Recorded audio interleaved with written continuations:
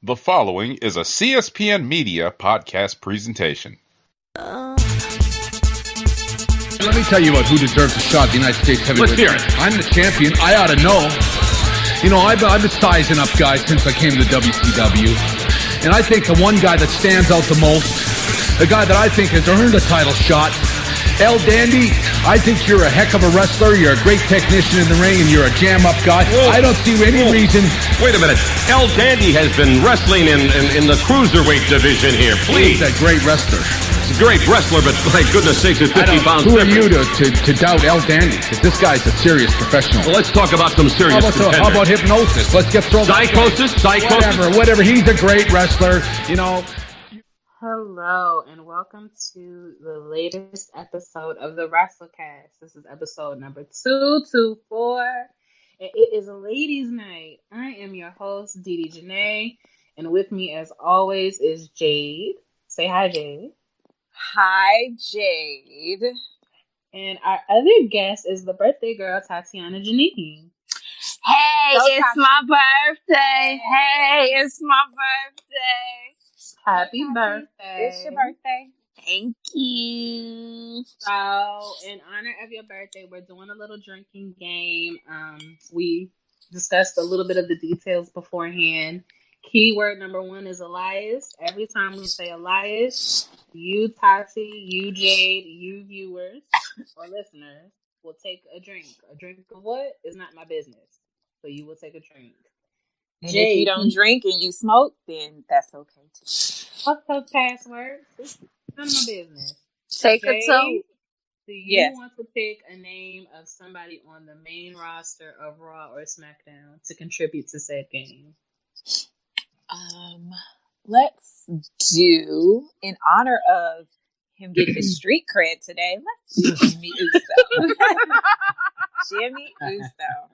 Or just the Usos in general. Okay, so we'll use the Usos in general and Elias. Every time you hear one of those, take a drink. Speaking of an Uso, Jimmy was arrested either early last night, sometime this week, for trying to get buck with some po-po because, you know, he don't really think he black, so he ain't really think nothing was going to happen to him. He's like, I'm good.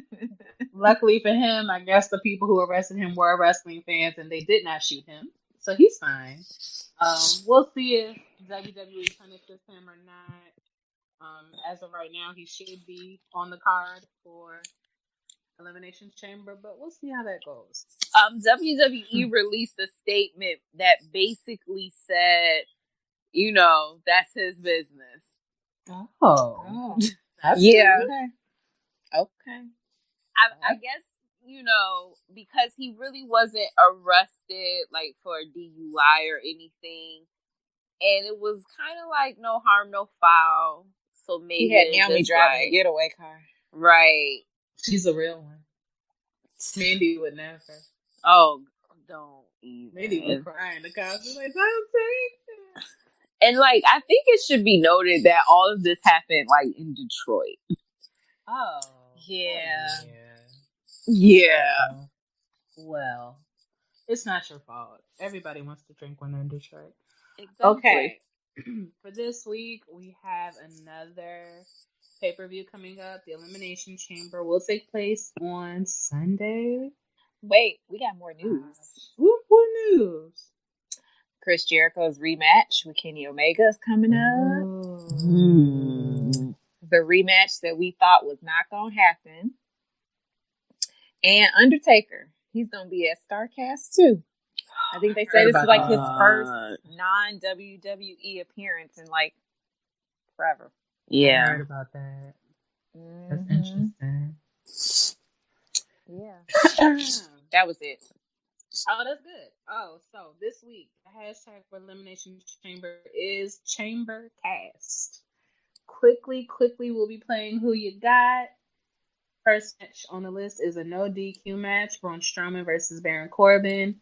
Me, myself, personally, I have Braun Strowman. Jade, who you got? Braun. Perfect. Tati, who you got? Braun all day.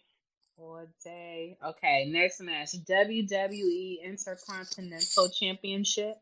It is a 2-on-1 handicap match. It is your champion, boring ass Bobby Lashley, and his nephew Leo Rush. Oh God. Versus Finn Balor. Jade, who you got? It's Finn's time.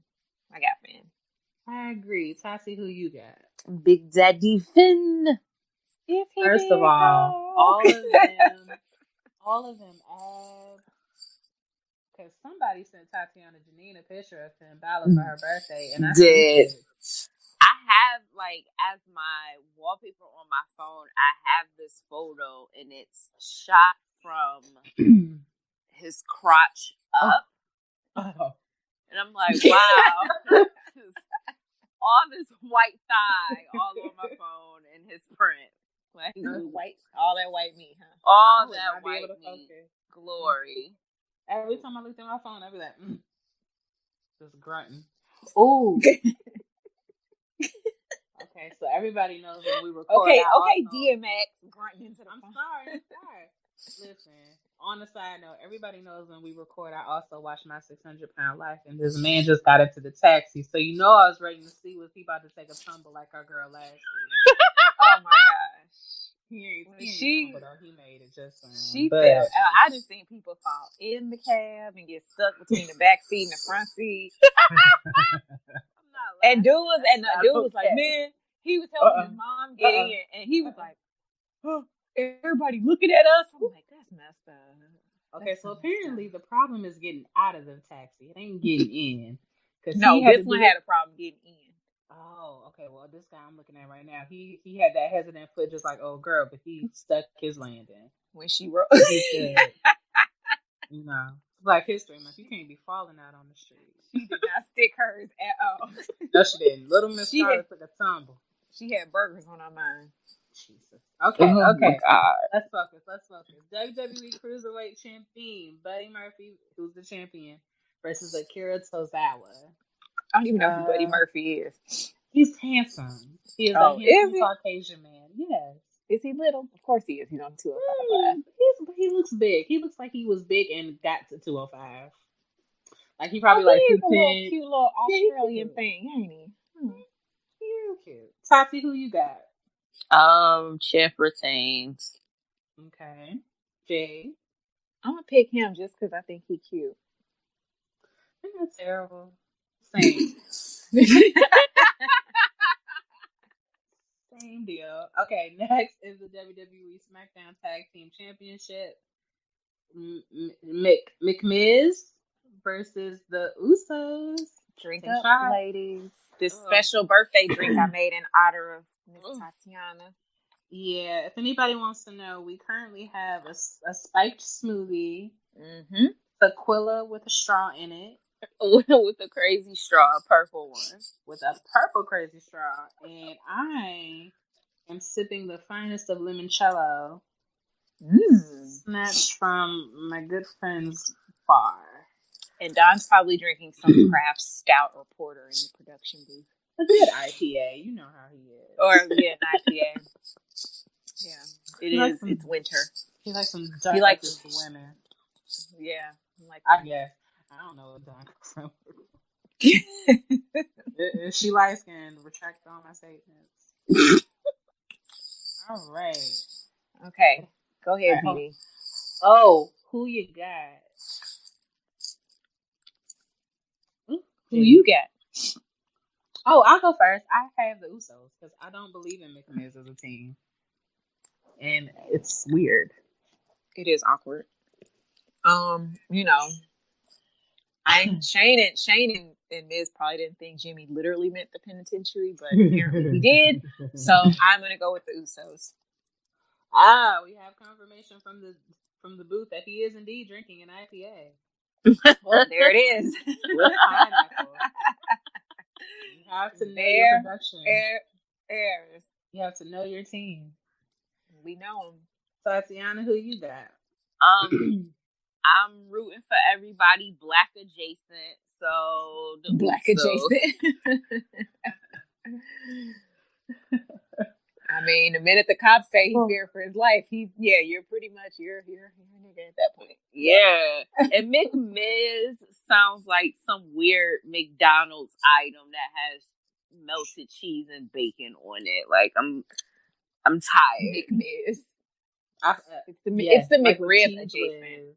Like a McRib with cheese whiz on it. And bacon. Ew. Bacon bits though, not real bacon With mac sauce. People eat that? People eat a lot of weird shit. Speaking of food, never mind. I don't want to get into it. But there was a graph on French fries, and they tried it with how they ranked Checkers fries. Oh, they try to put Checkers in like the crappy space, and I will not have that slander. That is very anti-black. It is. Ain't nothing better than, well, ain't much better than Checkers fry. I say it like that. You give me some fresh Checker fries, you have a piece of my heart. And a tequila with a straw. Yep. Crazy straw. Straight out the bottle. Purple crazy straw. Right out of the fridge or the freezer. Yeah, you gotta keep it chilled. Mm-hmm. We got a little distracted because I don't want to talk about the WWE Raw Women's Championship. Let's talk about Ruby Riott, though, and how she is the future women's champion. But is she the future as in Sunday or as in the future? Oh, no. She's like future, like, you know, after SummerSlam. Future. Okay, so everybody got Ronda. I didn't even know this was a match until like yesterday. Okay, I was like, what? Here's the specifics on how you play who you got. It's not when you're a champion. It's not who retains. It's literally who wins the match. But again, never mind. Because even if the other girls come in, Ronda's still gonna win by DQ. So yeah, right. Vince loves his blonde. He loves his blonde. Oh, as he exhibited on Monday.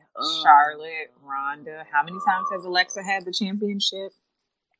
He loves all his blondes except Natty, apparently. Natty's boring. Aww, so they don't like Dana either. They don't give Dana because they're not dainty. That's the other thing. Yeah. Like Charlotte is 1,000,000 feet tall, but she's still thin. She's like, and she's Charlotte is shaped like an eraser. Charlotte is shaped like one of those hand erasers after you use it a lot on one side. Like very box Chevy. Like, have you ever seen a spinner with butterfly doors? She's like all shoulders and boobs, no hips, no thighs. Nothing. Didi, what's the dude's name that I always talk about from Family Guy? The one in the wheelchair. Oh, wait, what's his name? Shit, what's his name? He's got like the big upper body and Joe Swanson. Joe Swanson. That's exactly how Charlotte is shaped. Nailed it. Nailed it. Oh God. Oh Lord. Oh gosh. Okay. Next, the WWE Women's Tag Team Championship in a tag team elimination chamber. Entering first will be Sasha and Bayley and Mandy Rose and Sonya Deville. Also, you mean just Bayley, right? No, Sasha's track record these last 2 weeks has been a little, suspect. Sasha got cleared. Hopefully she won't turn her back on her best friend again. We should definitely play an over-under how long will it be until she's limping out of the chamber, going to the back with an injury. And Bayley's just in there by herself, getting her ass kicked. I feel like they can get through Mandy and Sonya, but probably whenever Nia and Tamina come in, that'll be the end of that. Yeah. But speaking of Nia and Tamina, Liv and Sarah, Peyton Royce and Billie Kay, the double iconics, and Carmella and Naomi. So, ladies, who you got? The obvious choice for me would be Nia and Tamina, but I know better. Vince ain't putting no strap on Tamina. So, I'm going to go with the Riot Squad. Really? Yep. What about I was also thinking the obvious choice would be the not cousins. But I just think that's a little bit too obvious and too boring.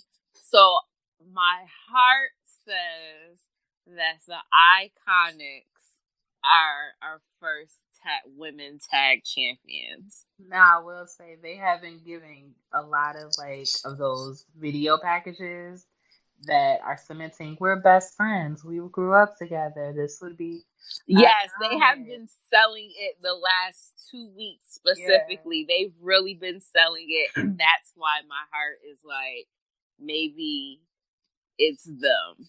I see it. It makes sense. I'm still gonna go with Sasha and Bailey. I'll be disappointed. It's fine. I'll play the game. That's all right. And then your last match of that night will be the WWE Championship Elimination Chamber. Daniel Bryan versus Samoa Joseph, Jefferson Hardy, Randall Orton, who gets to answer last, and AJ Styles. Personally, it is Black History Month, so I can go ahead and be wrong and say Kofi Kingston. Yeah, looking at it logically, we already know AJ Styles wants to take be with his family more, so it ain't gonna be him. It ain't gonna be Jeff. Randy is boring. But they love Randy. Who loves Randy though? The Kings of Caucasus. Exactly. I'm gonna say they ain't gonna put the strap on Samoa Joe. They need to, but so who you got? Oh, that's I don't know. Come back to me. I'm gonna table this till after Tatiana goes. I'm rooting for everybody Black, but logically, I feel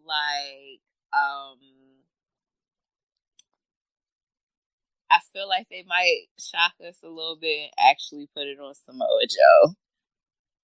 Hey. I was leaning more towards Samoa Joe. Put me down for Samoa Joe. I like it. I'm a big fan of it. So that's that paper mache, recyclable, earth-friendly belt.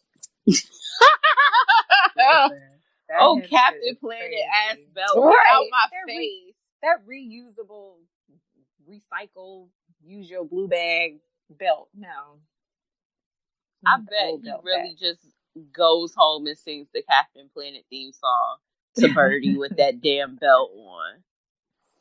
It's an environmentally friendly belt.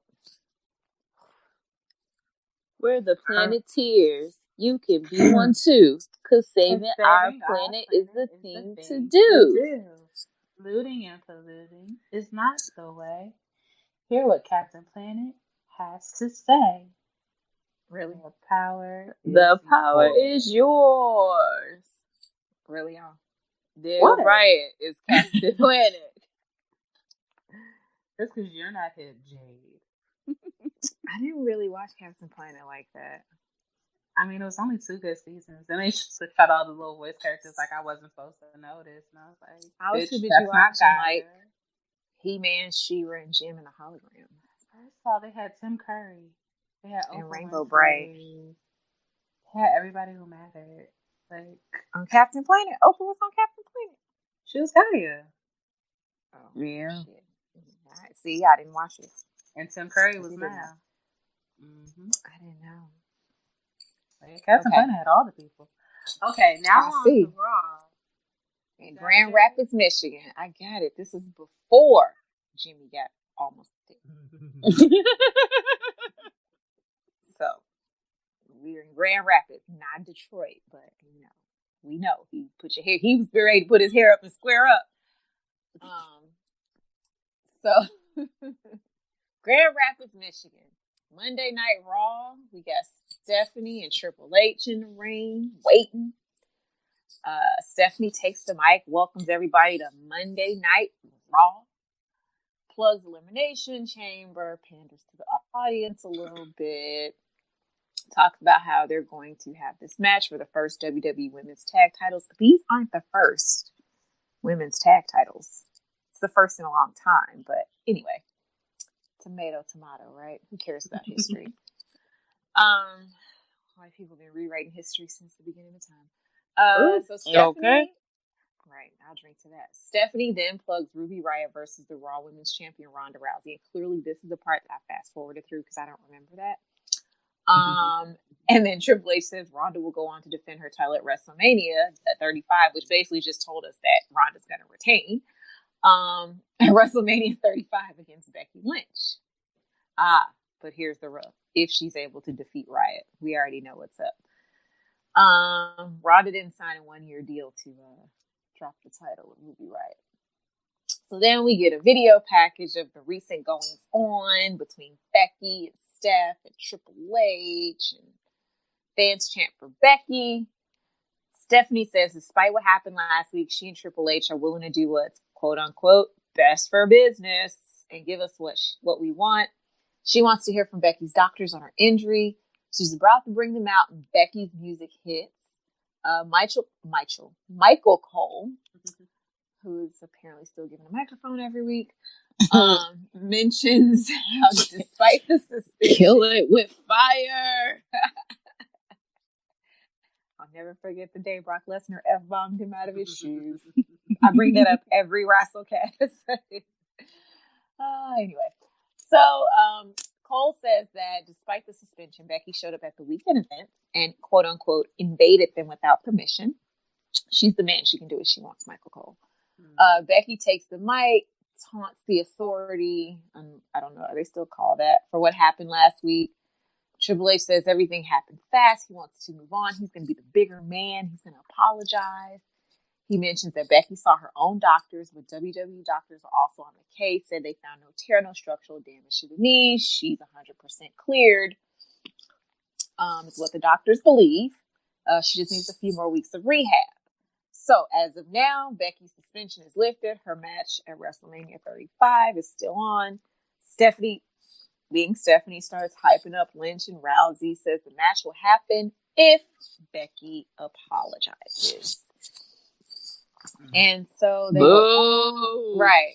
Don't be sorry. They go on and on and on and on and on and on and on about apologies and how Becky's a role model.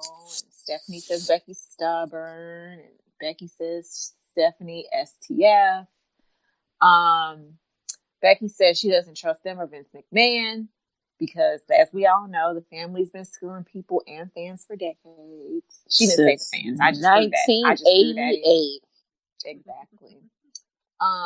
And so Becky goes on and tells Stephanie to shove her apology up her arse. The fans go crazy, right? I'm in the living room like, yeah, let her know. Becky. So they started yelling at each other. I'm like, oh, we finna get a Becky Stephanie fight? I mean, I'm with it. Triple H jumps in like, y'all need to relax. You know how he is. He's on his end. And he basically told Becky, like, this ain't the hill you want to die on. You need to put your pride aside.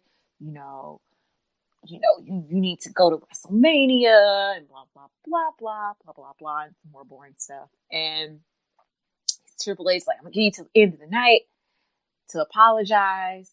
If you want to do this, you need to apologize. You got till the end of the night. Are you really going to step up and be the man? Or are you going to throw it all away? Choice is yours. He did a mic drop, right? Walks off with Stephanie.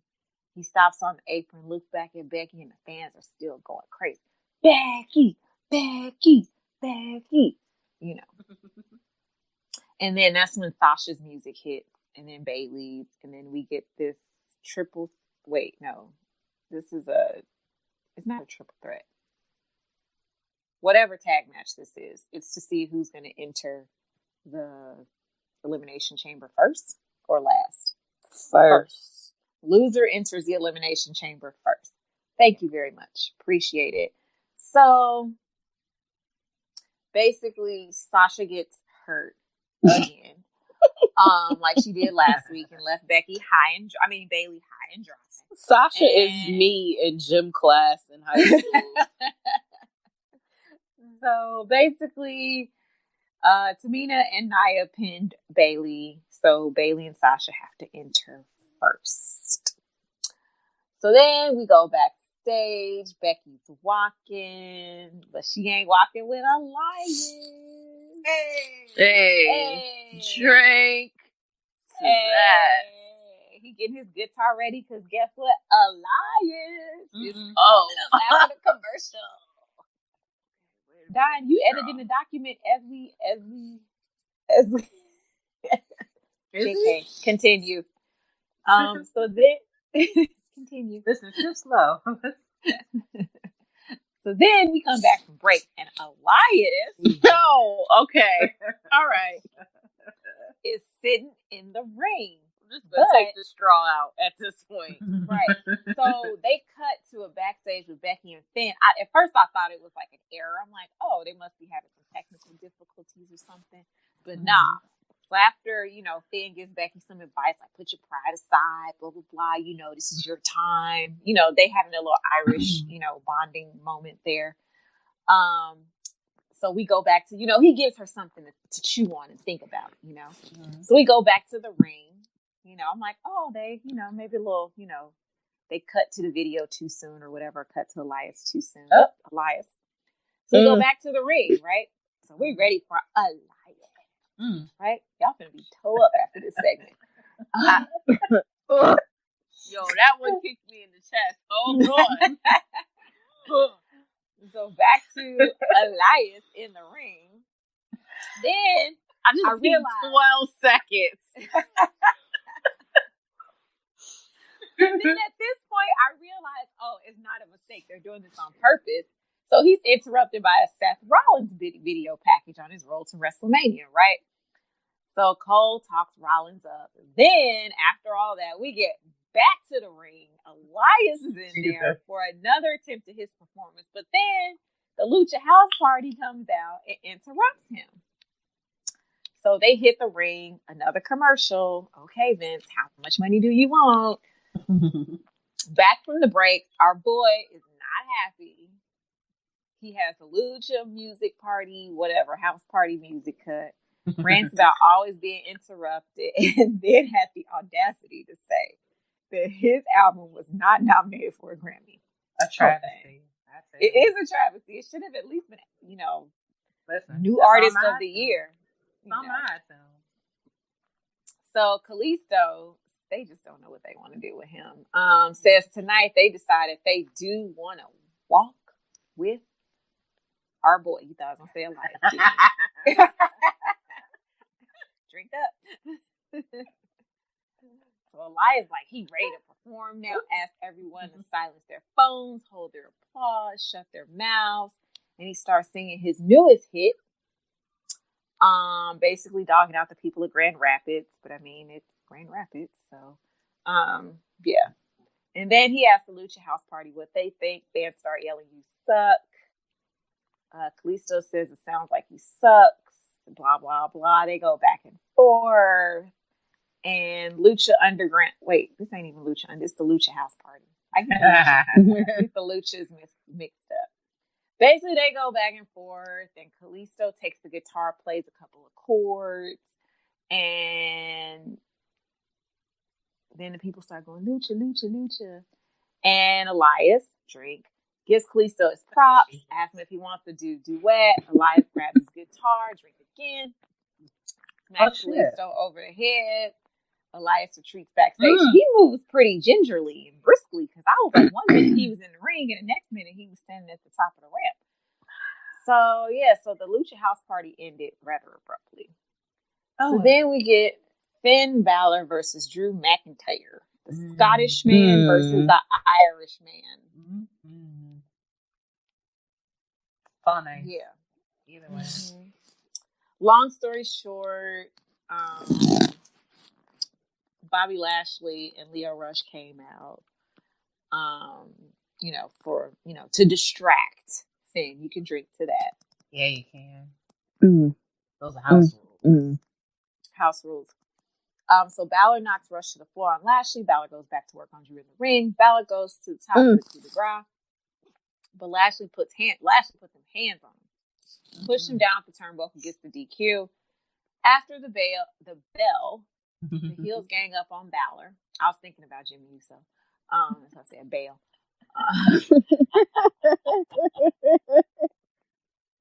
The heels ganged up on Balor. Music interrupts. Here comes, broke knees, Kurt Angle. to make the save. Comes in with the German suplex to Bobby Lashley, then to Drew. Rush runs in, but Angle puts him in the ankle lock. Fans are going crazy. Baron Corbin comes in with his Stacey Adams outfit on. Oh my God. So Corbin starts like whooping on Angle, and then, you know, Lashley and McIntyre join in, and then all of a sudden, here comes Country Strong, Ron, coming down, whooping on people, just like launching Lashley in the barriers. Drew stares Corbin down. You know, they going at it, right? Going at it. So Strowman fights in and scoops Corbin for the running power slam, but Drew hits the apron and pulls Corbin to safety. He just saved his life. So basically, now we have a 6-man tag match because why? Vince is predictable. Long story short, Baylor, Kurt Angle, and Braun beat Bobby Lashley, Baron Corbin, and Drew McIntyre. So now, Michael Cole, again, why are you still here? We get a video from KO who says he's coming back. He's at the bowling alley. He's happy. He's with his family. He's been getting to spend time with them, but he's been watching Raw, and it's really hard for him to watch because he misses it. But he's coming back soon. You know, he doesn't know if he's going to be on Raw or SmackDown, but the KO show is coming back. And then he steps up to the lane and throws a gutter ball. So I don't know if I should be excited about the KO show or have some skepticism because the brother can't even, you know, throw a bowling ball. Bowling is difficult. Well, maybe he should get the bumpers. The bumpers I'm a big on the fan side. of the bumpers. Big fan. Yeah. Big fan. So we got Ruby Riott versus Crazy Nikki, who I like. We cut backstage to Becky, and then Rhonda confronts her and gives her son, we have the opportunity to make history, and we're women, and we should be doing this. And it's like, shut up, Rhonda. Nobody wants to see you. No one cares what you have to say. Nobody Rhonda. cares what you have to say. Holly Holmes said, what's up? You know, who was the other girl that beat her? That just beat Cyborg. She say what's up too. So yeah, so Rousey tells Becky to quit cradling her ego. Rhonda, of all people, has the audacity, the unmitigated gall to tell somebody, the nerve, to talk about ego. Right, all the big words. And she sat up there and quoted her theme music. And I don't think anyone caught that, but she definitely was reciting the lyrics to Reputation. Oh, really? Why you tell me that? I'm sorry. But I was like, wait, is this your theme? And I was like, it's definitely your theme. She can't even, oh man. I mean, her promos are bad, but she ain't been reciting her lines. Anyway, she tells Becky to stop whining, start apologizing, even if she doesn't mean it. Rousey says Becky proves she's a coward and scared to fight her if she doesn't apologize. But didn't Chris Cyborg offer to fight Rhonda, and Rhonda never? But I digress. I mean, so who's the coward here? WrassleCast keeps gonna hate me. Whatever. Anyway, so back to the match. Ruby and Nikki. Nikki slams Ruby face first on the apron. Nikki looks to keep control, traps Ruby in the ring apron cover, and unloads on her. They get back in the ring. Nikki tries to mount more offense, but Ruby nails a right kick for the W. Back from break, and this is where I kind of checked out. I saw Seth Rollins, and I'm like, oh, he's so cute. And then Paul Heyman came out, and I was like, and I'm over it. Because Brock was not there. Of course not. Of course not. He's a part-timer. Why would he show up to work? Work. We talking about work? Yeah. So Seth cuts a promo about how, you know, he's so excited about punching his ticket to WrestleMania 35. You know, winning the Royal Rumble. This has been a lifelong dream. He's on top of the world. And then the next night, Brock Lesnar F5'd him 6 times. He took some time off to go home and rest. He said he's in pain, you know, but it's just the wear and tear of his career. He said he's never felt pain like those 6 F5s ever, but the good news is he took them and he's still standing. And he said, we all got pain. Exactly. Exactly. And he said if he can stand, he can fight, he can stomp. And he said he can beat Brock Lesnar. And, you know, he goes on and on about how people have asked him if it's worth it and, you know, blah, blah, blah. So anyway, Paul Heyman introduces himself. Of course, he does this big old introduction, you know, for Brock. But of course, Brock's not there. What's new? Seth asks. Heyman says, ignorance is bliss. He's here to educate Rollins. Heyman says Rollins is pontificating off the idea. I mean, he's using big words. Off the idea that all men are created equal, but they are not. I mean, we can look at Brock's face and know that all men are not created equal. Or just Paul's body. Or Paul's body. Yeah. I could say a whole bunch of stuff, but I want us to stay on track. So, Heyman asked Rollins if he really believes his DNA matches the DNA of Lesnar. I'm glad Seth Rollins' DNA does not match Brock Lesnar's DNA. Seth is way more handsome. Yeah, doesn't he? That is what he looks like. An albino gorilla. What was that movie that The Rock was in with that white gorilla? That one. Rampage. Yeah. That was Brock Lesnar. That was Brock Lesnar? Did he get any credits at the end of the movie? Uncredited role. He don't need that. So, Heyman goes on to praise Rollins as an athlete and performer, but he says that Brock is a beast predator. He's a sadist, and, you know, Rollins, you're not ready for all of this jelly. And, you know, basically just talking trash, telling Seth he's going to lose, and, you know, and Seth, you know, he not wanting to back down from a fight, but he said he will sacrifice his body and soul and burn in hell if it means Lesnar won't leave WrestleMania with the title. And he said, Paul Heyman, that ain't a prediction. It's a spoiler. And then here comes Dean Ambrose. Why? I don't know, because he didn't even renew his contract. So why are you here? Comes into the ring, stares down Ambrose. He motions for the mic. Rollins hands it to him. Ambrose only has one thing to say: slay the beast. That's it. Ambrose exits the ring, takes a seat at ringside. Ambrose music hits as Rollins. Like, if I could just get paid to come to work and say those 3 words and then chill for the rest of the night and make all that money. Just saying. Yeah. Oh, he did have a match with EC3. Did he have a match with EC1 and 2 before EC3?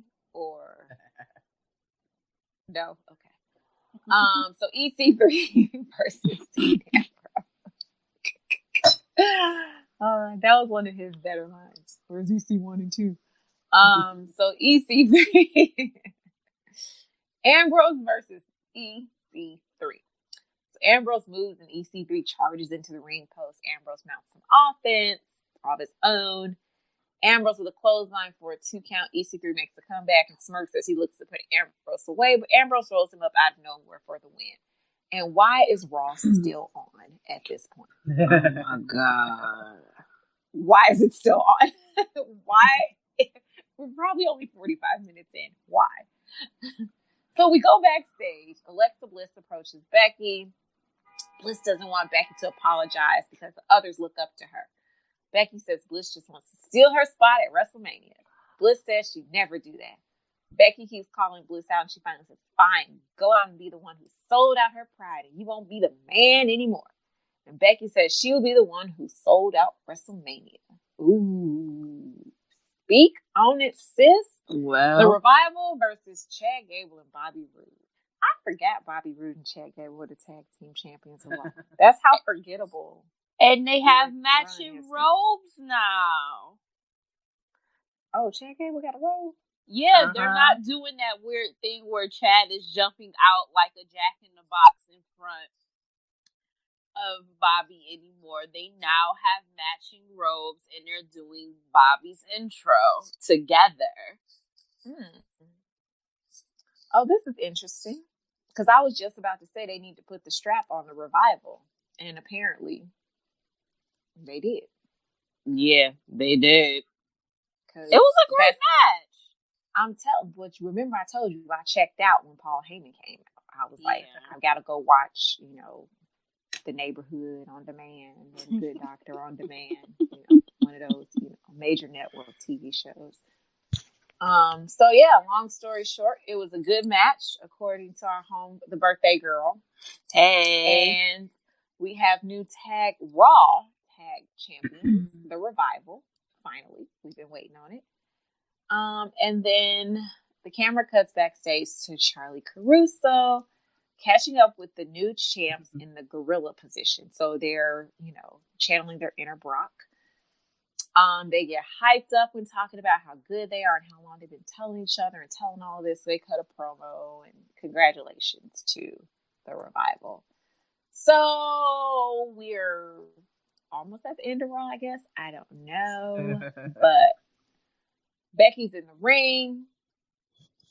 Time to see if she's going to apologize. Stephanie says it's been a long night. We're ready to find out if you're going to live your dream. It's your choice, Becky. Triple H is like, we want this, we want this to work out. And they're hyping the match, hyping Ronda, hyping Becky. You guys can make history. All you got to do is apologize. It's not about us. This is your moment. Embrace it, grab it, So, yeah. So, Becky still thinks, they want her nowhere near the match with Ronda. She's been getting advice all night. She doesn't trust Triple H or Stephanie. I wouldn't either. She got angry when she saw her opportunity being taken away from her. And then the fans chanted, knock them out. Becky did lay hands on them.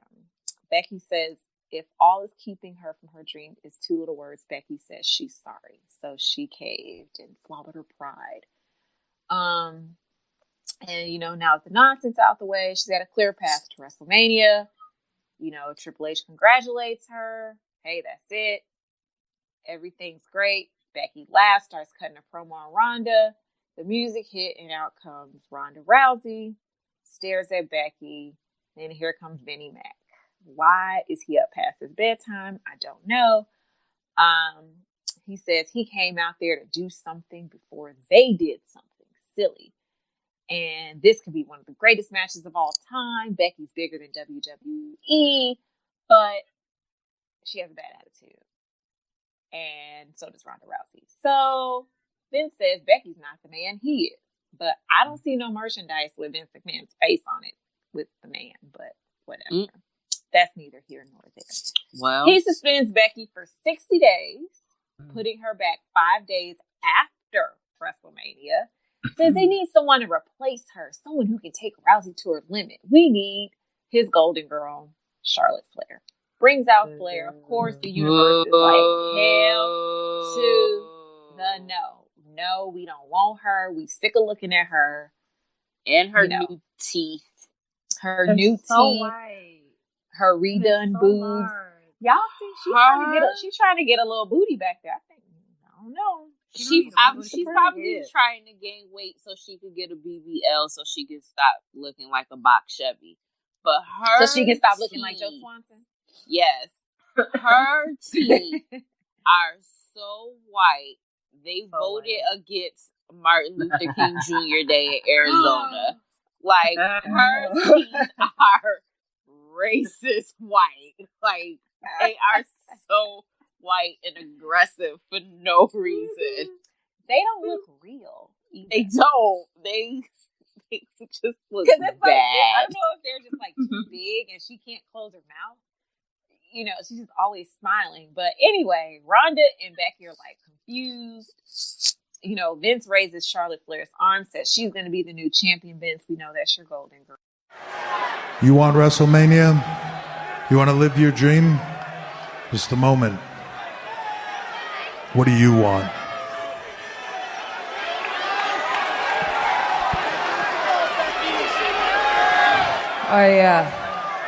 I still think the two of yous want me nowhere near that match.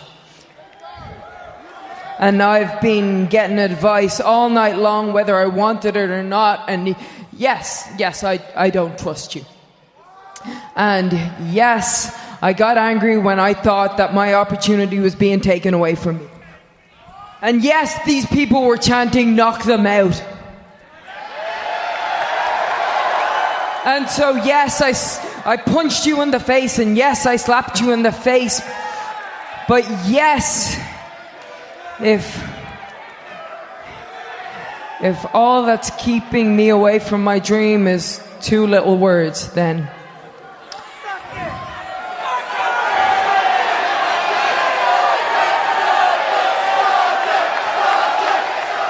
Stephanie, Triple H, I'm sorry.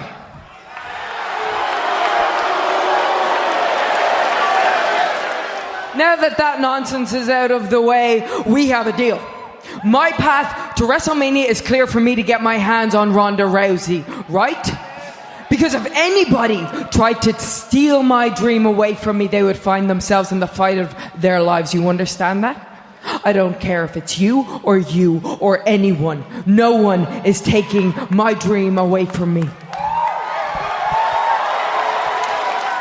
Becky, wouldn't have it any other way. Congratulations. You're going to WrestleMania.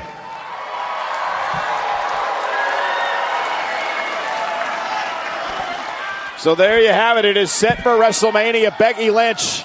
Wait, that's it? That's it. Congratulations. You're going to WrestleMania. Very emotional confrontation between these two superstars earlier tonight back in the locker room area. Ronda said, do the right thing, make this match happen. Becky apologized. Hang on. It's the chairman. Whoa. Hang on, no. So before you actually do something silly out there, let me get this off my chest. I think that Stephanie's right. That could be one of the greatest main events of all time. It could be. But Becky, I think you think you're bigger than WWE. You've got an attitude, you got a bad attitude. I don't like bad attitudes. That goes for you too, Ronda. So you're not the man. I'm the man. Sometimes the man has to make tough decisions, okay? And here's one of them. Becky, you're suspended for 60 days. I'm not going to accept your apology. They may, I'm not, okay? Which means, let's see, that suspension runs out, 5 days after this WrestleMania. We need someone to take your place, someone with charisma, someone with charm, someone who knows their lane and they stay in it. We need someone who's going to take Ronda to the limit. We need Charlotte Flair. Oh, wow. Are you kidding me?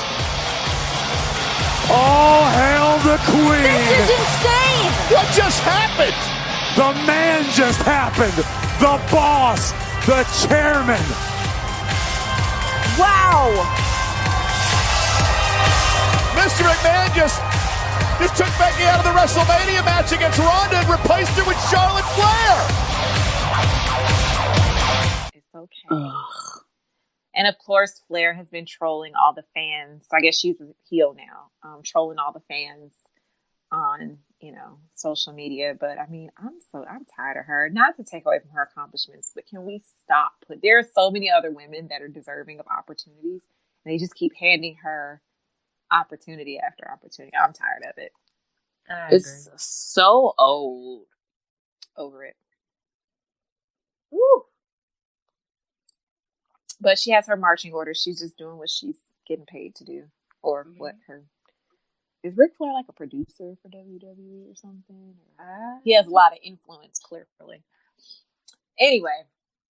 And that is your Go Home episode of Monday Night Snooze for #ChamberCast Elimination Chamber on Sunday. Before I get into SmackDown, I want to invite you all to go to cspn.us, look at some of our wonderful sponsors. You can find them at the top under Keep Our Podcast Free, I believe. One of our favorite sponsors is Amazon.com. It's Valentine's Day, the day that we're recording this, but, Valentine's Day is any day. You should never wait on Valentine's Day to show the love to your significant other. At least that's what trash ass men say, right? So if they're telling the truth, then they can go on Amazon.com through our website, hit up the things, buy some things. If you need some things for the bedroom, Amazon has that too. A lot of it is on Amazon Prime.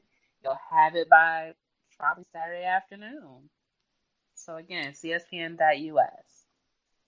All right. So Smacky Downey was in Toledo, Ohio. They immediately start with the clip of Vince McMahon being an asshole and taking the things from Becky. Charlotte comes out, mostly to boos. She shows, she points at the WrestleMania sign, says it was her destiny.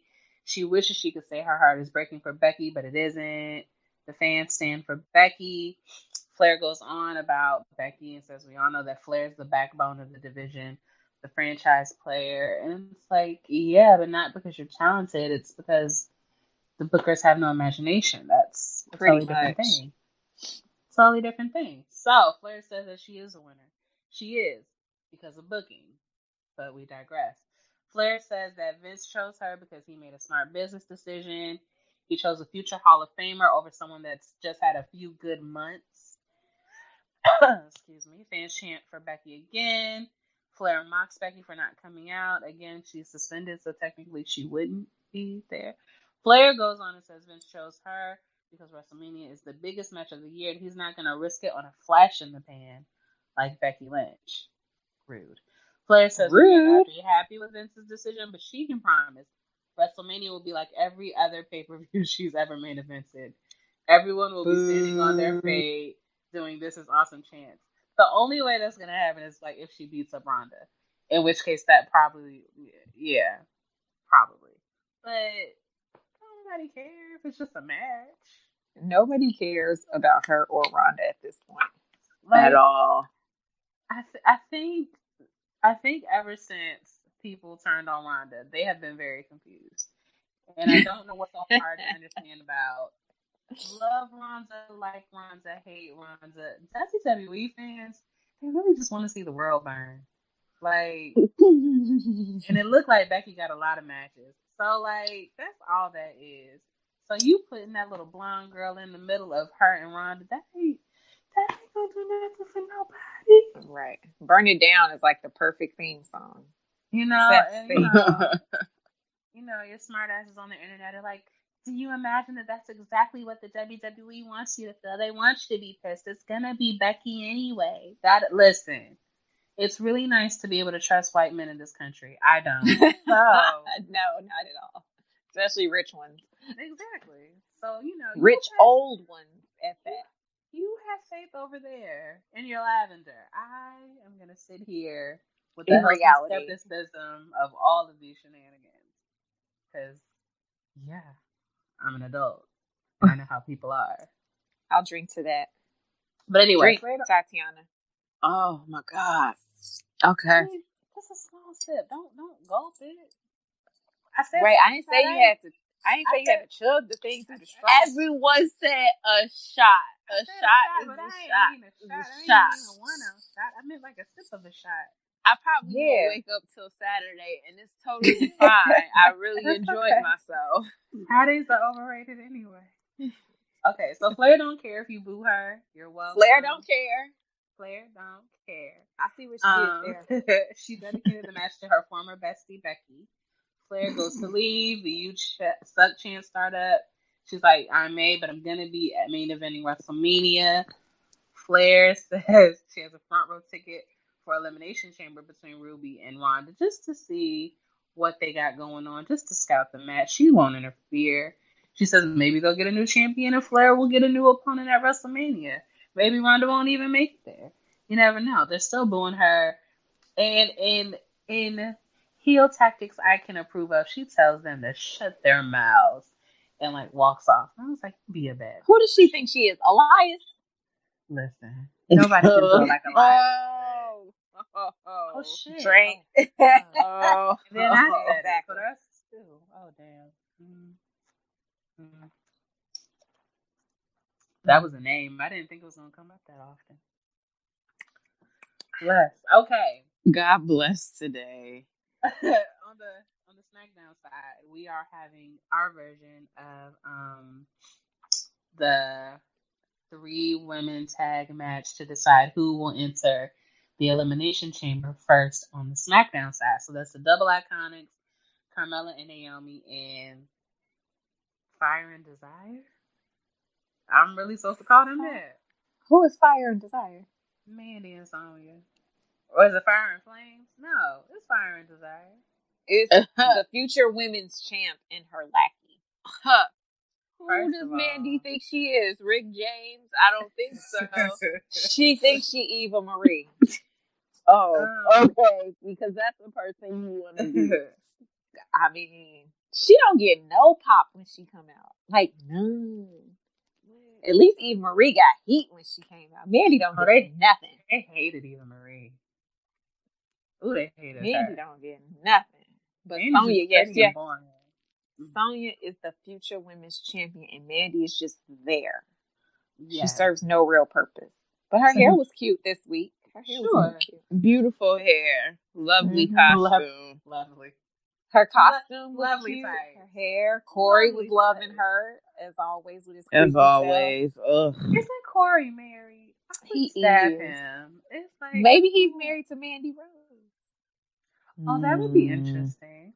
I don't think he is, but I'm just trying to make him sound less creepy, but it's not working. To cut the story short on the women's match, the Double Iconics are the smartest people. They are the smartest people in the match. They never bother to tag themselves in, because the thing that you have to realize about this match is winning doesn't get you everything. What matters is that you don't lose. And the best way to not lose is to not be in the match. So pretty much. But the Fabulous Glow was looking good. The teamwork was there. So, claps to Straya for staying out of the match. Naomi and Carmella looked like bad bitches that they were in the match. Hashtag Fabulous Glow. Fabulous Glow. They won. It's lit. She gets a split-legged moonsault, Naomi does, on Mandy Rose for the pin. Beating bitches' asses as they do.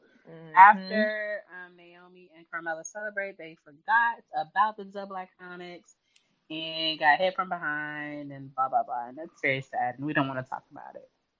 No, but I don't appreciate them doing that on Black History Month. You know, so racist. But what you need to know is Mandy and Sonya will be starting the match on Sunday. So there's a McMiz TV segment. The Shane and the Miz come out. Apparently the fans are into it. Back from the break, the announcers talk about Mustafa Ali's injury. I believe he has a concussion. That's what it looked like from the slow motion video. His eye was jacked up too, wasn't it? His eye was absolutely fucked up. But, you know, I think it was a concussion. Ali says that he holds the pen that writes his own story, and everyone can keep trying to put him down. He will not stay down. He will. You knock him down. Can't nobody. He'll get up again. Can't nobody. He's never gonna bring him down. Oh, I was doing the white version. Oh no. I got to keep on moving. I was like, I get knocked down, but I get up. But I get up again. I was giving the Caucasian moment, but yes, that one too. It's the same difference. It's the same thing. Okay, so back in the ring, they're introducing the McMiz show. They talk about the Usos and how they sent a strong message last week. They said Shane wasn't here because he was filming an episode for NCIS. I can see that, actually. Shane looks like he would be on NCIS. He introduces the Usos.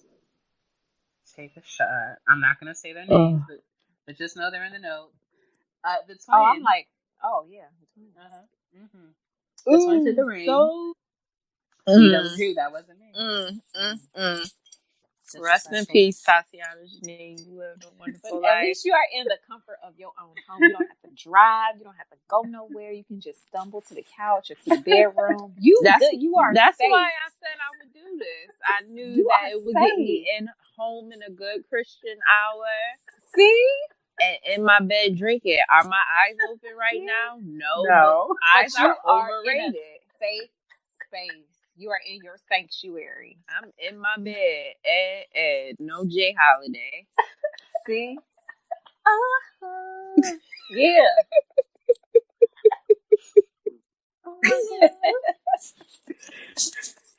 Okay, so the twins. The twins. The twins. I'm not saying it. Yeah, Usos. Oh, damn it. Them. I only got about 5 more names in this bottle. You supposed to have your water right next to you like I do. I got a whole gallon of water to the somewhere. She gonna turn it up and it's gonna spill all over it. Completely miss her mouth. Oh gosh. Yeah, so the twins end up calling Shane and Miz a couple of wannabes, saying they just want to be like the Usos. Shane says they aren't trying to be like them, but they are the greatest tag team in the world. But they don't even know each other. Oh, and that's when they did that whole thing. What's your favorite color? What's your favorite food? Oh my goodness. So yeah, they called it the tag team test. They did a really cute little pop for mentioning the local minor league baseball team, whoever that is, and apparently there's the Toledo Mud Hens. Sure. Yeah, that's what it was. Sure. Yeah. So, they're having words in the middle. The Usos get hyped up and then drink up. And then welcome the champs to the Uso penitentiary. They dropped the Little did they know they were using a word. They dropped the They were prophesying and foreshadowing. Oh, for our boy Jimmy there. I think this is how I got the noise complaint. Pretty sure. They dropped my neighbors are. They better not ever complain about me. They complained about me, girl, and I threw that shit right on the floor. Fuck out of here. You better knock on my door and tell me so I know when I was being loud. I live in Brooklyn. I live Listen. in Brooklyn. I think my neighbors would be more concerned if they didn't hear noise. You live in BK? Yep. I love Brooklyn. See, I knew I liked you. Don't you remember she was supposed to meet us? But she got drunk. Oh, that's right. Oh, yes. Next time. Yeah. Oh, yeah. I will see y'all on WrestleMania weekend. I'm in New York all the time, girl. We'll connect. Yes. Continue, DT. Yes. Everybody's friends. Ladies Night. Yes. Ooh, maybe we'll get like a special made t-shirt. Okay, anyway. Blah, blah, blah. I'm actually into it. Don, we need shirts, please. Production, get on it. Shane tells the twins he will see them on Sunday. A chant for the Usos actually starts up now. 2 teams off. And then out of nowhere, the Usos drop the champs with super kicks. So that's 2 I gotta do. Okay, hold on. You said Usos. Yeah, I'm too busy telling Don reminding Don we want it was shirts. in the paragraph this time. Gorgeous ladies of WrestleCast. Let's go. I did. I said we want shirts, cute ones. Glow. Ooh, she said it in all caps too. Glow shirts. Okay, Daniel Bryan comes out with his recycled belt. Don't be hating on the hemp, man. It's nice. It's not nice. It's actually very fucking ugly. But his vegan belt. It's good for the environment. He takes the mic and says there are a lot of people who want to see him lose the title.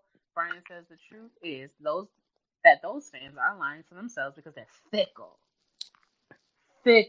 I'll tell you what's fickle. That belt. Because if he go out in the rain with that thing. I can't stand the rain. Oh, what if it started sprouting plants and shit?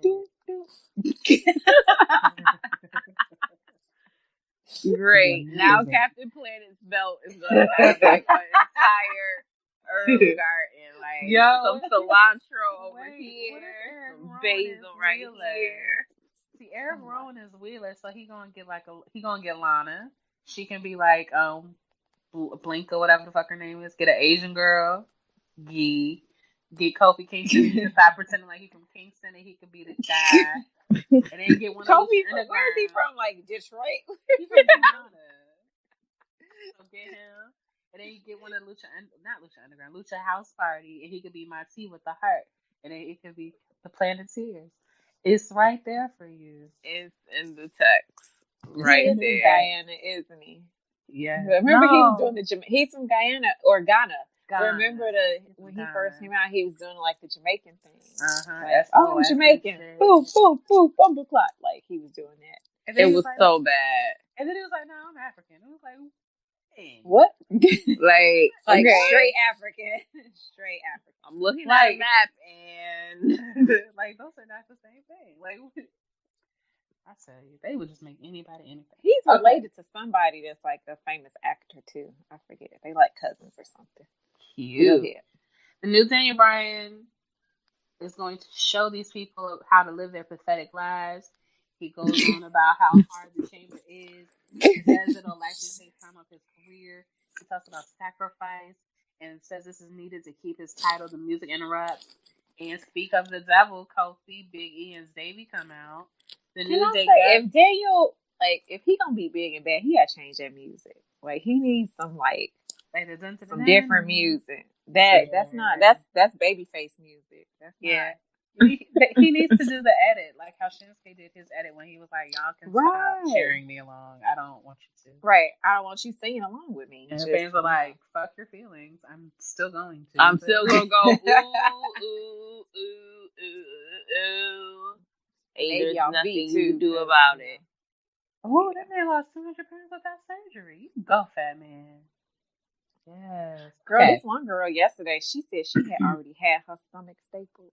But she was like, I was hungry, so I just kept eating and my staples burst. So now I hope Dr. Now. No. I hope Dr. Now can help me. And I'm like, girl, if I was Dr. Now, I'd be like, heifer, go home. That's the thing. They said like it's kind of permanent, but it's not permanent. It's just you can stretch it.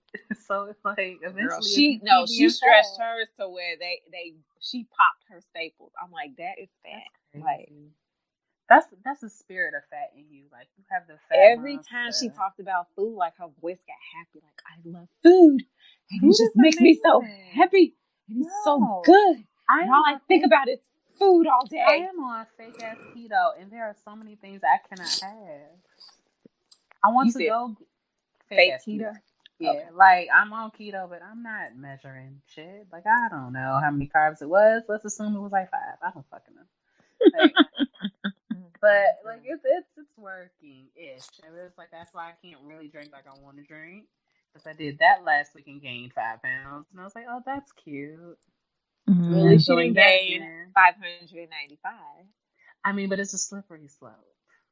You know. But the day I see you on that TV show, then you'll know I have gotten married, because none of these hoes are single. That is the indicator. That is it. Back to the Smacky Downy. The New Day gathers at ringside with a platter of pancakes. Kofi is going to get the spotlight in the gauntlet tonight, and then the chamber on Sunday. So they're having a gauntlet match. The winner of this gauntlet match will enter the Elimination Chamber last on Sunday. So it's Daniel Bryan, Randy Orton, AJ Styles, Samoa Joseph, Jeff Hardy, and Kofi Kingston. Kofi and Daniel Bryan start the match off. It's amazing. It's great. It's wonderful. Rowan gets involved from ringside with the shots of Kofi. Big E runs over and beat that ass. Eric Rowan fights off Big E, but Xavier drops him. Woods checks on Big E, and the referee's like, you're interfering in shit. You need to leave. So then they're like, how you going to tell us to leave and not Eric Rowan? And he's like, I didn't see that nigga do nothing, so you got to know. I'm extrapolating, but that's what I got out of it. So the referee is distracted with sending to Daniel Bryan, allowing Eric Rowan to attack Kofi and throw him over the barrier. The referee didn't see it, but he knows what happened, and he makes Eric Rowan leave. So everybody's away from ringside. Bryan runs into a Trouble in Paradise for the pin, and Kofi won something. Yeah, boy. So it's lit. Then comes Jeff Hardy. Kofi leaps off the top rope, blah, blah, blah. Let's get into it. He beat Jeff Hardy. So then the music hits, and out comes Samoa Joseph. He twists Kofi's neck and keeps him grounded by his neck. Kofi fights back, but Joe catches him up in the Coquina clutch, but Kofi managed to turn it into a pin, and he won. He beat Samoa Joseph. But Samoa is not a happy man, so even though the match is over for him, he grabs Kofi, drops him on his neck, then throws him to the floor and locks him in a Coquina clutch. The referees try to break the hold, but Joe is a thug, and you're not going to break the hold. AJ's music hits. He comes out. Excuse me. He attacks Joe, and that forces him to break the hold. Long story, not so long. AJ kind of wants to just like call it quits because he knows that Kofi's not in the best of health. And Kofi's like, bitch, I've been wrestling for 12 years. Fight me. He wanted all. Look, Kofi wanted all the smoke. He wanted all the smoke. He was like, nobody's afraid of you. It don't matter that I'm not in my best efforts. We can go. He acquits himself nicely, but after the 60-minute mark, AJ drops Kofi into the calf crusher, and Kofi has to tap out. It's amazing. The fans give him a standing ovation. Wiz and Biggie come help him out. It's a beautiful thing. If you're like me and you're looking at the clock, you're like, it's 9:59. Oh my gosh, that's exactly what my first thought was. I was like, it is 9:59. Please tell me this is not about to end how I think it's about to end. It's like we have no time for no shenanigans. So AJ's looking at the ramp, expecting Randy to come up the ramp because again, only got 1 minute. But oh no, no! Out of nowhere, All Lives Orton hits the RKO and covers AJ for the pin. And after the bell, Orton stands tall, arms raised. Listen, wherever Xavier and Big E are right now, they got to be very proud of what they are seeing from their brother in crime. I don't know if anybody was really giving Kofi Kingston a true chance this Sunday at Elimination Chamber. After tonight, after what he's put himself through, he's got to be in the discussion. And Kofi took out the leg of AJ Styles. That could be a critical point here for Kingston. We talk so frequently about momentum and what it means heading into a big-time matchup like a WWE Championship opportunity. I don't know if anyone can match the momentum of Kofi Kingston tonight. Oh, now it's Kingston! Knees into the post! Can Kofi put Styles away right here, right now? Oh, right to the back! Kofi, can he pin Styles? Shoots the half. Oh, what did he get him? Kick out by the Phenomenal One. As close as you can get. Kofi Kingston has just hit the 60-minute mark. He's been in this match for over an hour. What an SOS. AJ looking for the calf crusher. And now Styles. He's got it. Turns it in to the calf crusher. Kofi's going to have no choice. Kofi has got to tap out. Kofi Kingston trying to drag himself to the bottom rope. And Kofi, no choice, taps to Styles. Kofi Kingston has been eliminated. There is no shame whatsoever in what Kofi Kingston just did. He had to think about his own physical well-being. Minimize the damage done heading into Sunday. There is one last entrant in this gauntlet match. There's no time for AJ to savor the victory of the moment because there is a Viper on a collision course with the Phenomenal One. If AJ Styles can earn this last elimination, he will be the last man in the chamber. Look out! Oh my God! From out of nowhere! Styles never saw it coming. Orton secures the opportunity. Here is your winner, Randy Orton!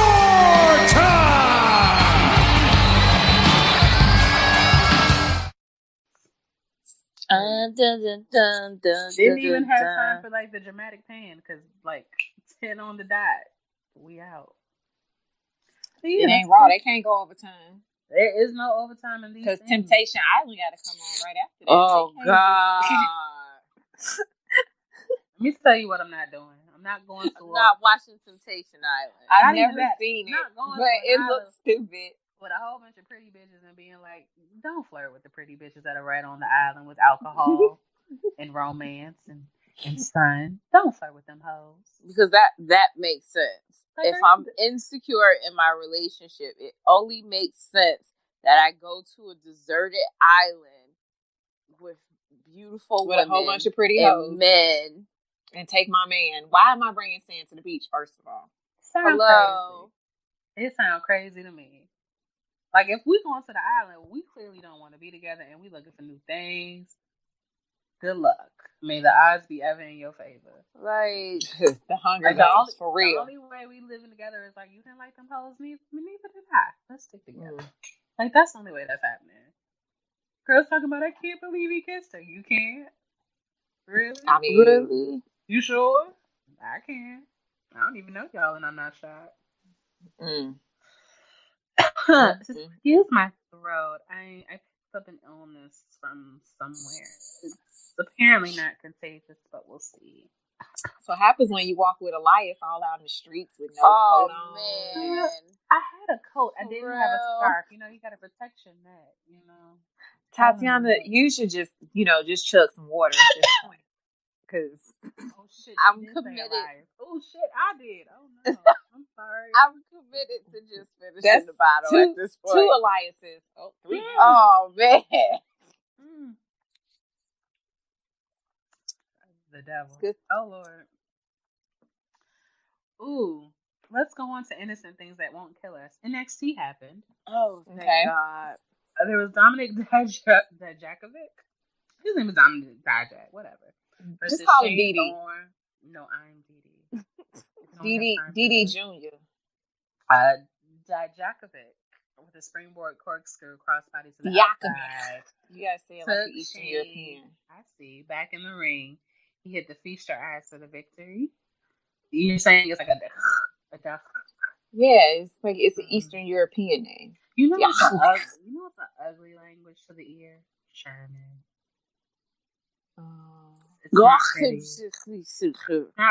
Words like Munich, Berlin. Well, Berlin don't have they call themselves Munchi, which isn't bad. But like, did I tell you? I went to the Vapianos in Germany. Don't ask me why. And the who in Germany? You heard me. So then for real, I didn't. You went to the what? Vapiano. Oh, okay. And the waiter was like, Africa. What? I was like, America. Africa, America. He was like, America. He was like, oh. I was like, yeah. He thought he was going to get a big tip. He was like, ooh. Like, he said it, like, clearly. And I was like, because you exotic, ZT. We use mad exotical. And I will tell you, my friend who I went with, she's like 6 feet tall. So there are plenty of black people in Germany. There are not that many 6 feet tall black people. Yeah. So they were looking at her like, what the hell is this? Where did this come from? Oh, they were happy though. Can I climb that tree? She found her husband up in the beer hall. She didn't want him though, but he loved her. And was he little? No. Wasn't little. He was like 5'10", 5'11". That's little. No, you're not little. If you're a tall woman. If you're a tall woman in Germany, you gotta take what you can get. All these. Listen, that's what's wrong with you now. That's why you all be single, like none like them people on my 600-pound life, because y'all got standards and shit. I mean, you're right. Look, I'm happily single. I want to share my space. Y'all gonna learn. Have all them standards. Then you ain't gonna have nobody that's like wash your ass with a hose in the backyard. With a hose in the backyard. Yeah, you're gonna be all alone. Or get my correct Taco Bell order. You're gonna fall out the taxi and ain't nobody gonna be able to pick you up. No, I wish they had like failed. This sounds so mean, but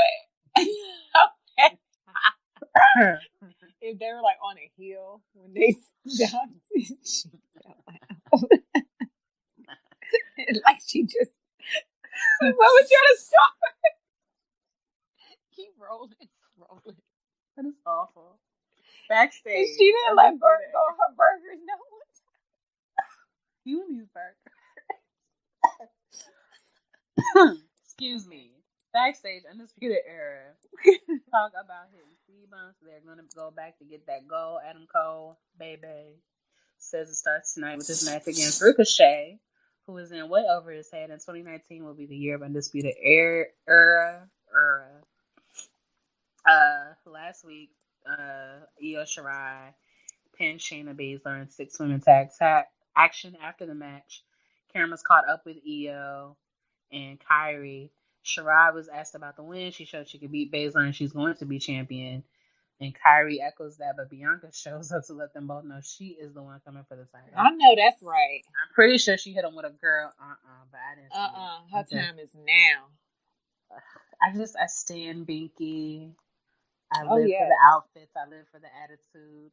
I love her. For the ponytail. I was about to say, you can't forget the ponytail. The ponytail is like personification. It's double iconic. First of all, it reaches her like the floor. It's like skill set. Second of all, it really does hurt people, which bonus. What? My boyfriend, Humberto Carrillo, and Stacey Irvin Jr. are in the ring. Do you know about Humberto? You should Google him. Humberto Carrillo. Little nigga got dimples. Scam. Cassius Ohno showed up on the stage to talk for a moment. He said he was sitting in the back, saw the cameras, he saw some familiar faces. He said all y'all hate him, but he's out of here and plans on going somewhere to show he's the best at what he does. Keith Lee sneaks up behind him. He go to Impact like 350. Like, Keith Lee a big boy. How you sneaking up on people? But he does and cracks him with a rolling elbow. He tells Cassius not to let the door hit him on the ass on his way out. Keith apologizes for the interruption. We get to the match again. Humberto and Stacey Irvin Jr. versus the Street Profits, which is the black people, you know, Binky's husband and his big friend. Carrillo hits a handspring elbow. There's a giant arm drag on Ford. There's a massive missile dropkick on Dawkins. There's a standing moonsault for a 2 count. Dawkins pops up Irvin for the super blockbuster cover. 1, 2, 3. Street Profits get the win. Using Don's theory from last week, the person who gets covered is the person they don't give a shit about. They love Humberto because he didn't get the finish. Ew. Did you look him up? Isn't he adorable? Look him up. Stand the people I stand. I want to become in agreement with this. Next, post-match, Ford and Dawkins are on the mic. They say a lot of people looking to get some gold. They see a lot of people want I don't know, something about gold. They try to call out the NXT Tag Champs, the War Raiders, but instead Marcel Barthel and Fabian Eichner come out. Barther? I don't know. Says no one deserves an opportunity as a tag champs more than they do. Barthel tells Dawkins and Ford to stand aside. Out comes Lorcan, somebody, and Birch, and they just start yelling at everybody in the ring. War Raiders music hits. Rose says there's a lot of talking about the titles, but no fighting. Hanson says if they want titles, make a move. The champs approach the ring. Undisputed Era run out and attack Rowan Hanson. They toss him in the ring and let the rest of the teams get the brawl in. However, the War Raiders clear the ring. There's a vignette about Johnny Gargano, who says he's going to show the entire locker room how dangerous he can be. Next week, he'll defend his title against Velveteen Dream. Excuse me. Next is a ladies match, Aaliyah versus Taynara Conti. Aaliyah applies a Kimura and multiple kicks to the back of the head for the victory on Taynara. Sorry about that. Post-match, Bourne heads into the ring. Vanessa Bourne does. Oh. I was about to say Jason Bourne? Like, who we talking Vanessa about here? Bourne. I don't know who Vanessa Bourne is. But she heads to the ring and raises hands with Aaliyah. And apparently they are a new team. Shayna Baszler marches to the ring. And Aaliyah and Bourne build up the ramp. I'm surprised you're not calling her MMA bitch. I'm trying to be nice. Mostly because she just lost. Every time she is on a downswing, I feel a little nicer. I treat her a little better. Because I don't hate her. I just don't like her. And I told you the theory that I will like her when she's on the same roster as Ronda and turns her back on Ronda via, like, I don't know, a chair to a knee or some shit like that. Like, that's when I'll be like, I knew I liked you for a reason. I don't like her, but I fucks with the vision. I got you. The vision is her fucking over Ronda in a spectacular way. Okay. Once that happens, I'll be like, it all works for the good. The greater good. The greater good. But yeah, so Duke and Shafir attack Aaliyah and Bourne from behind and send the duo back to the ring.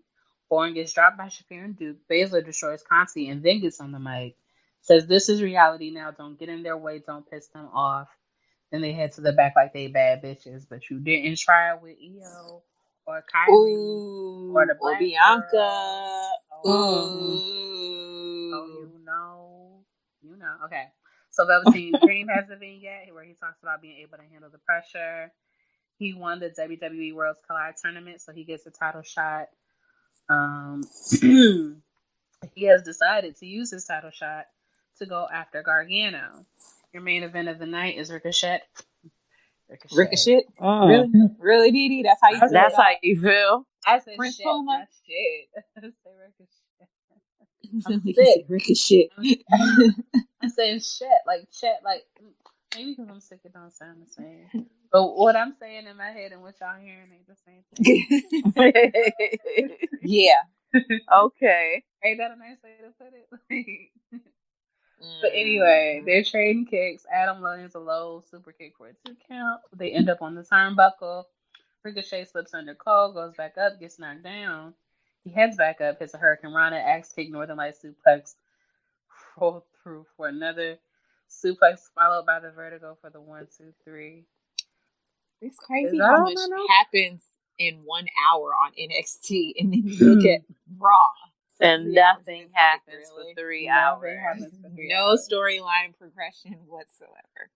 That's where the notes end, but why do I feel like the Undisputed Era beat the shit out of Ricochet? I feel like that happened.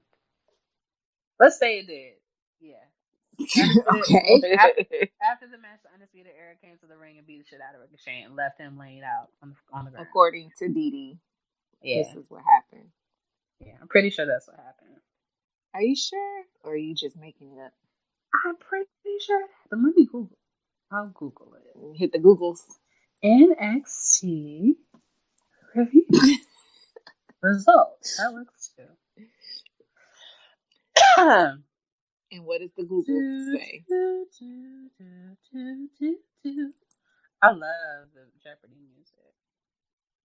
After the match, Undisputed Era hit the ring and beat down Ricochet. Aleister Black tried to make the save but failed as the heel faction stood tall to close out the show. Boom. Told you so.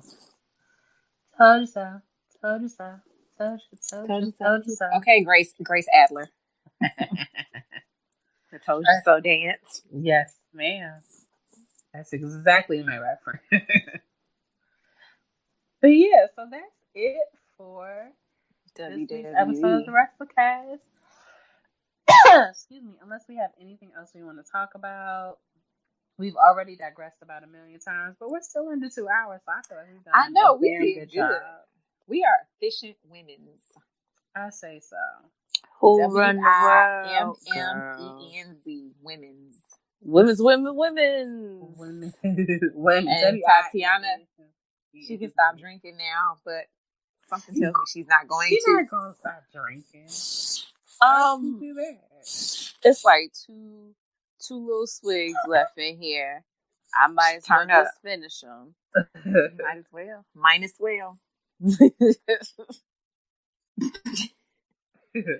Dee, how your sinuses feeling? I feel awful, but that's okay. Those limoncellos didn't help? Not really. I didn't drink that much, if I'm honest. I had just like a little. You had Tatiana over here turning up and walking with Elias and going to the USO penitentiary. It was a gentle sip. Y'all was sitting up there taking gulps. I ain't got it like that. I told y'all I'm on low carb. I can't do all that. I took a lot of sips, but I'm still sober because I'm sober. She's like, I am not. Dee Dee, you didn't do a thing this time. You slipped. You really are sick. Because I was tired. I was like, I did the drinking game. I feel like that was a lot of fun. But I couldn't figure out anything like fun to do. I can normally come up with something like, a drop of a hat. I think all this my 600-pound life is like confused me. Oh no. Oh, he gained weight. I thought he lost weight. No, he didn't. He lost 21 pounds. My bad. You know what's funny? They crack me up when they like go to see Dr. Now. Like, I hope I lost weight, knowing good and well they wasn't following the diet or exercise. He'd be like, you gained 30 pounds. How'd I do that? And he be cracking me up because he don't spare nobody's feelings. You haven't been following the plan. I'm not gonna put you on the list for surgery because you clearly have. Well, Dr. Now, I'm so stressed out. Well, you clearly don't want to lose weight. I'm like, he be treating you. Yeah, he gets at them. Girl, yes. But when I watch their stories, I'm like, how?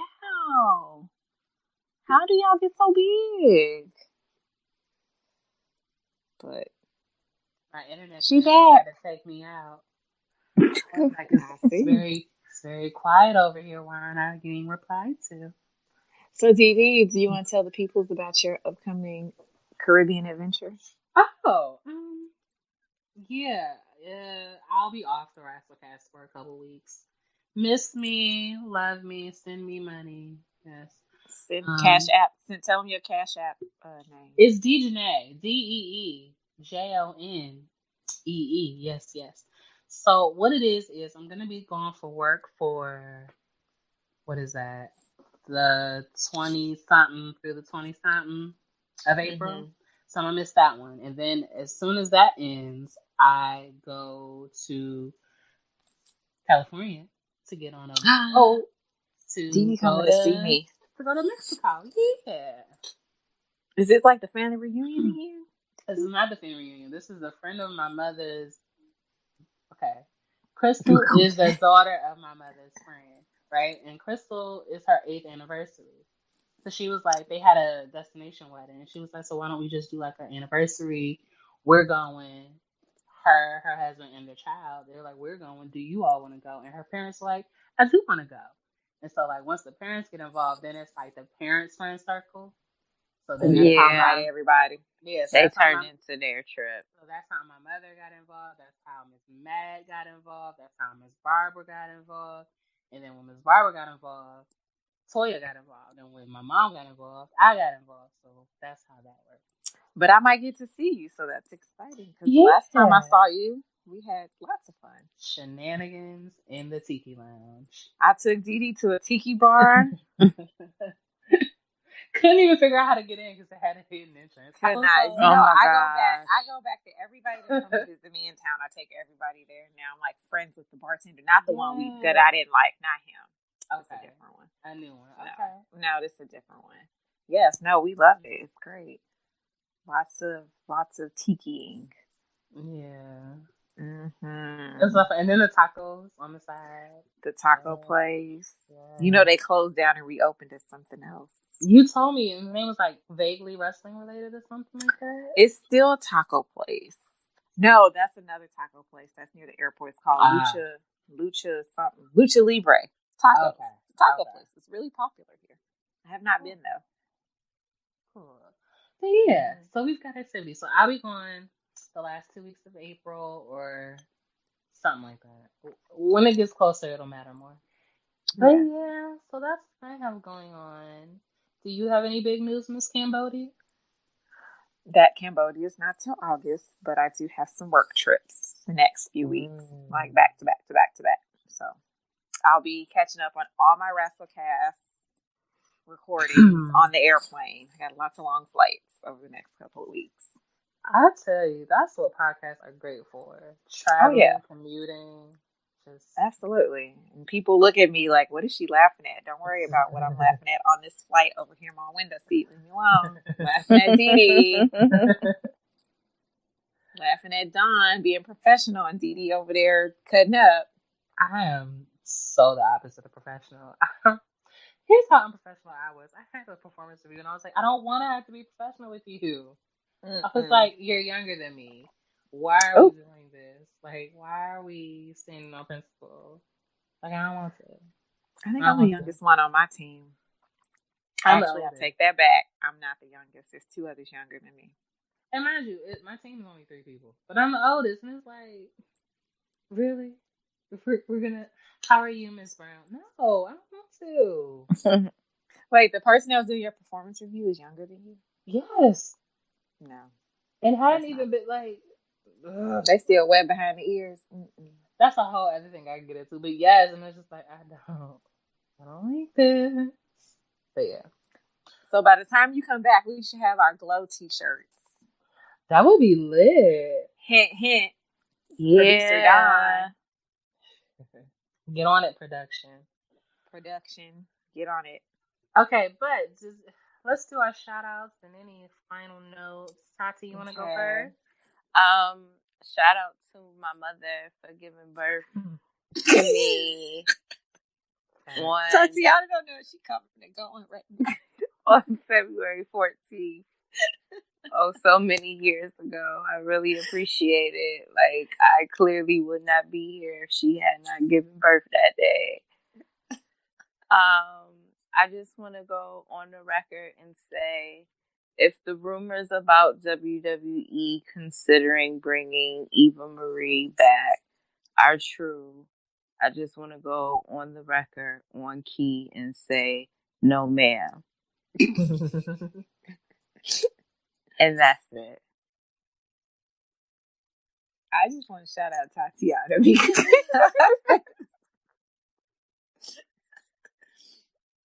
and Tatiana's mama. You birthed a good one. She did. She hashtagged her post today. Tatiana Janae's mama. Yeah, she hashtagged mother of Tatiana Janine. Girl, what? I love it. What is happening? Look, mama is proud, okay? She's on it. Look, I went through how many hours of labor? Okay. Look, your mama is a real one, okay? Also want to shout out Tatiana's hangover tomorrow. I'm not waking up till Saturday. I promise you. I gotta work on Saturday for Diddy, whatever. I gotta work and that I ain't waking up till Saturday. I don't even know what Friday is. No, I'm lying. I'm gonna wake up at 8:58 p.m. on Friday because I have to watch Love After Lockup. Listen, we gotta have a whole my gosh about that shit. We do. We need to have a conversation because what is happening on all the train wreck TV shows that we watch. Oh my god! Starting with My 600-Pound Life. Oh my god! Can we have a podcast called Trash TV? Don, get on it. Just put this on your to-do list. Oh, it's amazing. So shout out to Tatiana and her mama, and Dee Dee and Don, and to me for this bomb ass smoothie I made tonight. Boozy smoothie, that is, guys. But it's all natural. Oh, natural. Except for the alcohol that's in it. So, and yeah, shout out to all our WrassleCast peeps that join us every week for all the casts. All the fellas, all the women's. Oh, I didn't see the end. I guess he lost the weight. Okay, I'll give a shout out to my guests, Jade to the Max and Tatiana Janine. Shout out to Donna the production booth. Shout out to the regular Greg.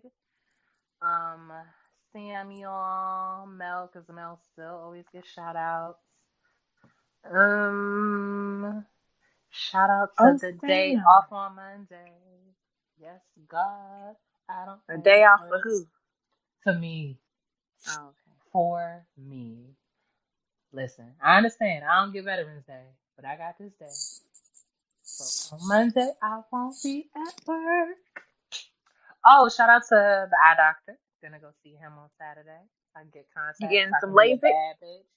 No, I can't really deal with lasers and eyeballs.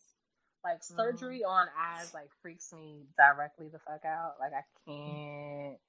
I can see a lot of things. I saw knee replacement surgery.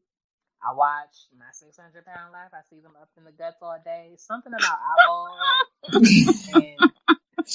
and scalpels, and I just can't. I got you. It's disgusting.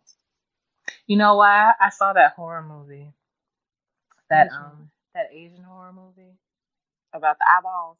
It wasn't about eyeballs. It was about this old lonely ass man who found this young girl, and he thought she was sweet, and then she tortured him, and I think she did something to his eyeball, or if she didn't, she had the eyeball clamp on him, so he had to stare at her while she was like torturing him. I think that's part of it too. Oh my! What is that? Is this on Netflix? I don't know. Probably. This was old. This was like back when The Grudge and them shits was. Oh, okay. I was gonna say, is this on Netflix? Didi, you still watching Netflix? Yeah, my little Korean show doesn't update but once a week, so.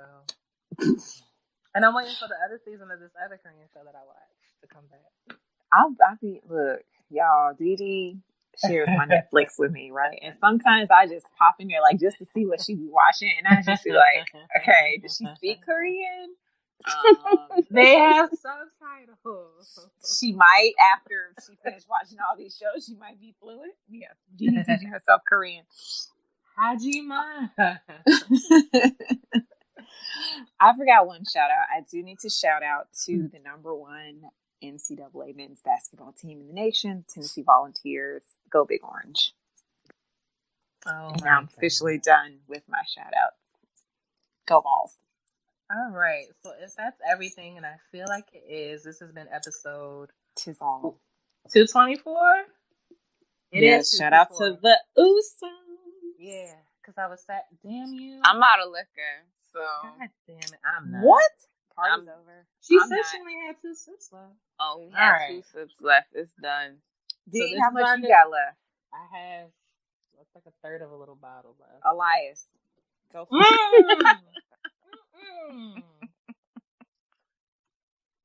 Before she gets me all the way fucked up, this has been episode 244. We're all signing off. Is it 244 or 224? It's 224 because I wanted it to be 227 because I thought that would be better. Mary.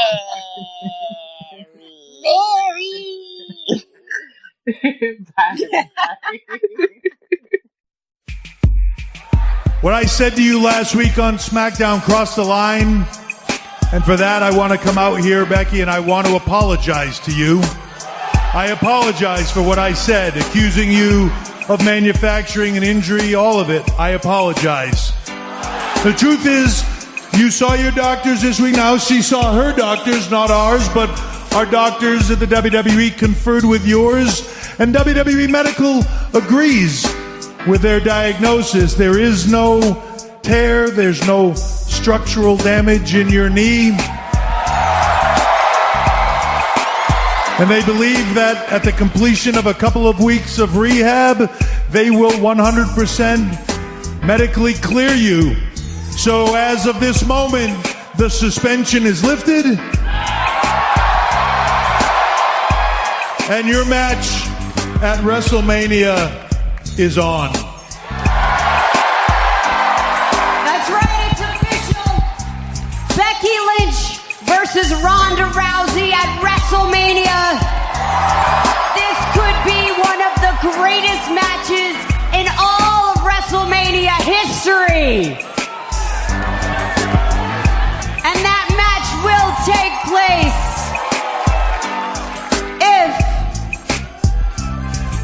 and only if, you can do just one little thing. Your suspension is lifted. All you have to do is apologize. Simple as that. Just apologize to Steph and apologize to me, and we can put all of this ugliness behind us. We apologize to you.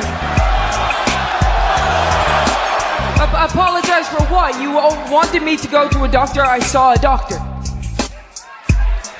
Look, Becky. That's it. Okay, don't get all worked up and let your pride get in the way, okay? Don't be stubborn. Just don't be stubborn and Shut your face! Shut your face! I don't trust you! I don't trust you! I don't trust your old man! Your whole family has been screwing people over for decades! No, I don't need to calm down. You're trying to take something from me. You're trying to take my opportunity to go to WrestleMania. And where I come from, that's stealing. And nobody is stealing my opportunity. Not you. And I will fight anybody. I will fight anybody to get to where I want to. I will fight you. I will fight you. And I will fight your old man if it comes down to it. But apologize? Hell no!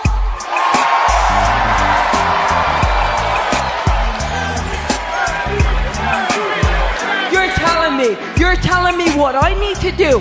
Why don't I tell you what to do? Take your apology and shove it up your arse.